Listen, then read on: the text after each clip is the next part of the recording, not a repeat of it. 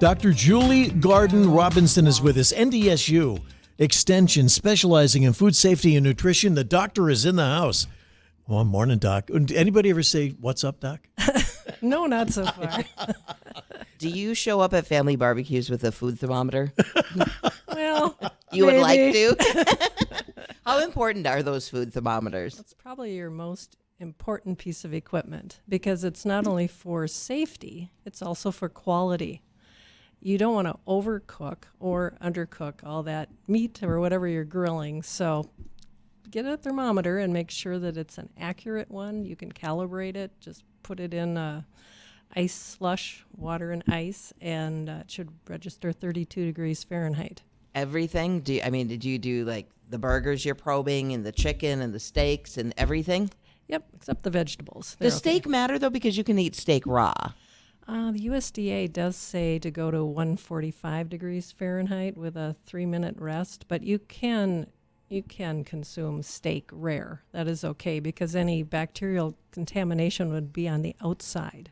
So that's why sometimes they, if for better terms, they fry something, a steak, where they do both ends for 60 seconds and call it good. But you couldn't do that with the hamburger. No, because any contamination would be spread throughout the ground meat. So you need to have that a uniform temperature, and that's 160 degrees Fahrenheit according to USDA. You're probably like me. There's people out there that eat tiger meat. You know what that is, right? Oh, yes. And I'm like, What's that's tiger meat? It's a raw hamburger. Oh. Yes. That should be a no-no. Or what if you get it like you go to a reputable meat market in town, say Meats by John and Wayne, and you're getting good hamburger there? Would you do it?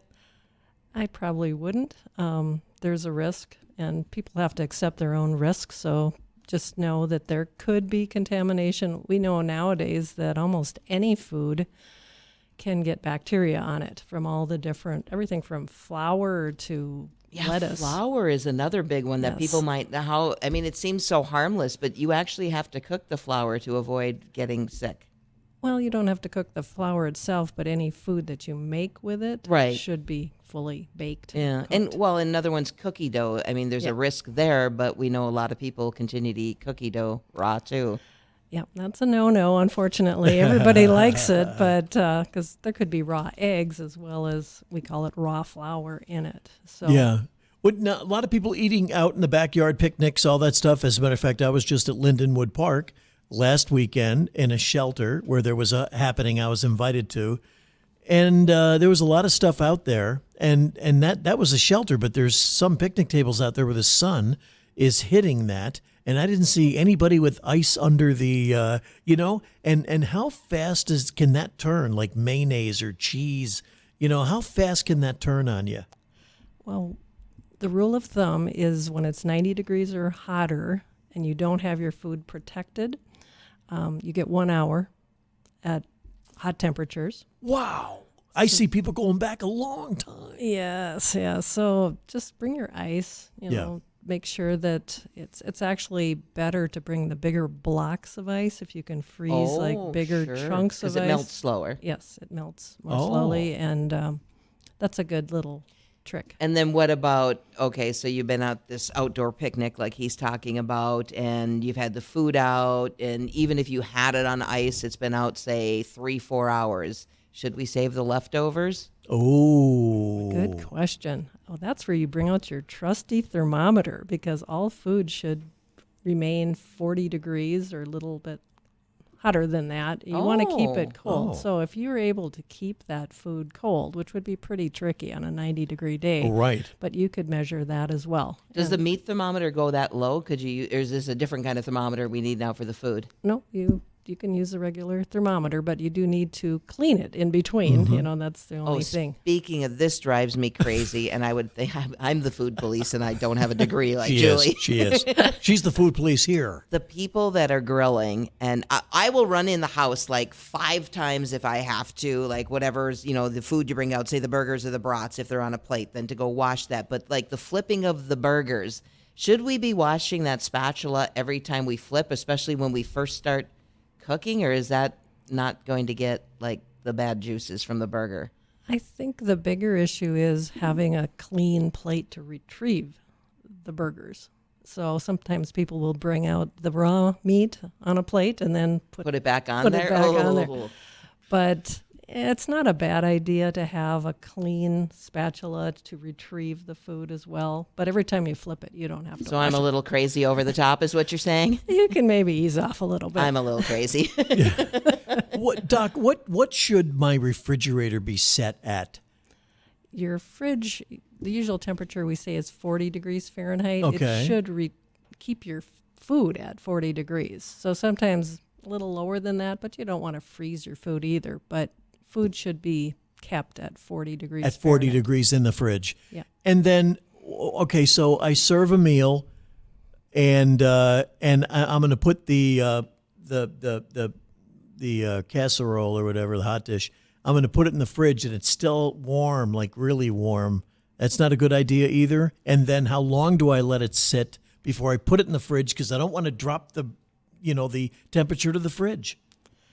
Well, it's probably okay to put a small volume of food in your fridge. They're more efficient than they used to be when I was growing up. But you do want your foods at very shallow depth. So if you have soup or a casserole, a liquid food would be about 2 inches deep, and a deeper food 3 inches deep. And get it in the fridge as soon as you can. So try to get maybe individual containers or smaller containers and kind of portion it out so you don't have this big thing that sits in the fridge for about 3-4 hours trying to get to the right temp. Yes, exactly. And some people will take their whole slow cooker in that big Oh, pot that's not good and because the liner stays hot for a long time. yes, so you do want to break that into shallow metal pans would be the best. So if I went out and bought, I got friends of mine, real men, and they've got real men have a deep freezer, and they say that stuff can last forever. I know the deep freezer is much different than my fridge freezer in temperature. How long can a deep freezer really keep a piece of meat? How long can it stay frozen? Well, actually, fairly indefinitely. Okay. As long as food remains solidly frozen, it is safe. But it will- Continuously frozen. Continuously frozen. You don't want to overload your freezer either.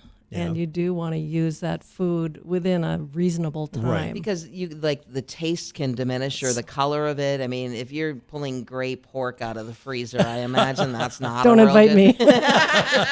Yeah, right. Okay, all right, so that's the freezer part. But is it a wives' tale or is it true? And I've had people tell me both. Oh, don't worry, you can refreeze that. Technically, you can refreeze foods, but it's best if that food has some ice crystals in it Before you refreeze before it again? you refreeze it. So let's say you Oh, decide, like it's not 100% thought out type thing. right. So you can refreeze it, but you're going to see some quality declines, and you can refreeze it technically if you have thawed it correctly. So you don't want to thaw it on your counter. Oh, come on. Mom and Grandma thawed everything on the counter back in the day, and I think my mom probably still at the age of 89 thawed stuff on the counter. Yeah, not a good idea?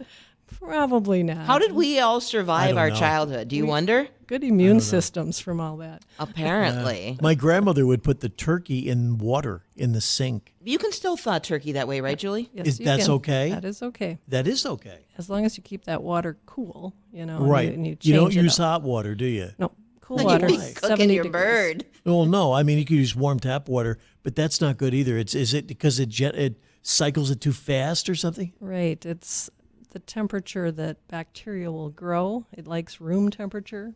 And if you have warmer water, you're giving bacteria that opportunity to start growing. So you want to keep it, we usually say 70 degrees Fahrenheit water. So, Doc, I had a Jimmy Dean sausage, egg, and cheese biscuit one morning last week at the house before I came in here early.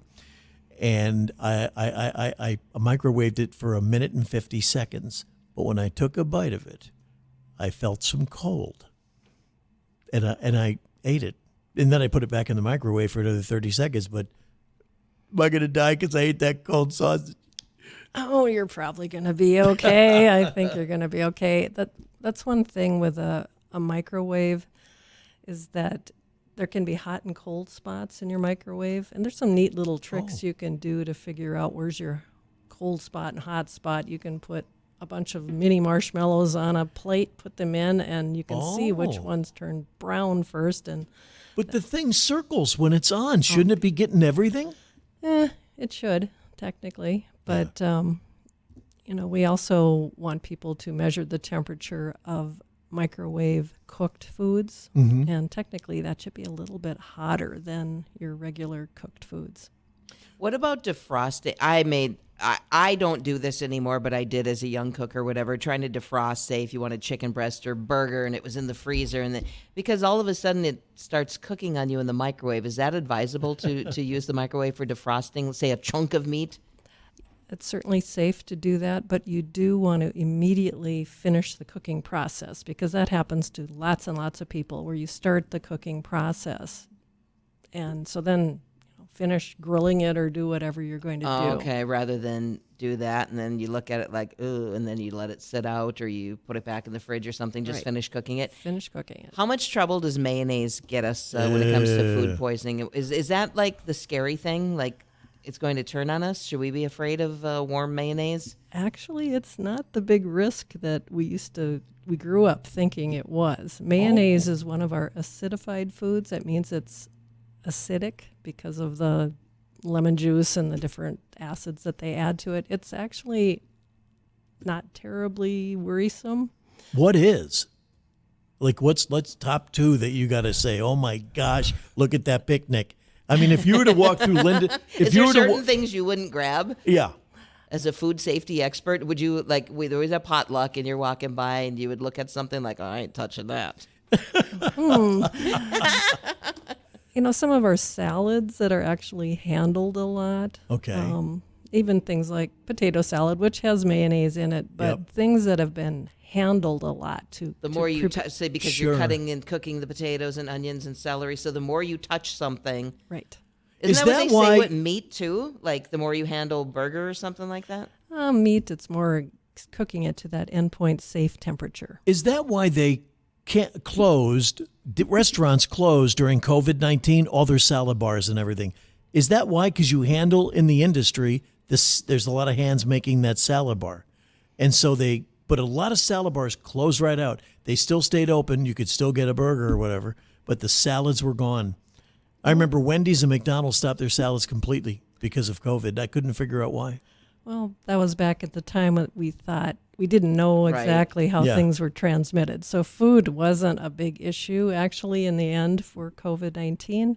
But because of the handling and they didn't have a lot of turnover on their Yeah. salad bars, that was probably the reason they went away. Wow. Real quickly, what about desserts?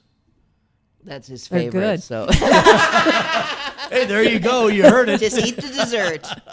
Okay, I have to ask about expiration dates on things. Oh, Okay, like yogurt, for instance. Why is it yogurt, like, even though it expires, you can still eat it a month or 6 weeks later, or maybe you're not supposed to. Maybe I shouldn't tell Julie Because to do that. Or because eggs, it's for instance. penicillin. Like eggs will say used by or whatever, July 3rd, but those eggs can go longer. How do you know? Remember, those dates are quality dates. In the end, there are very, very few foods that have actual expiration dates. Baby food has an expiration date. Yeast has an expiration date. Those are quality dates, and often you can still keep using that.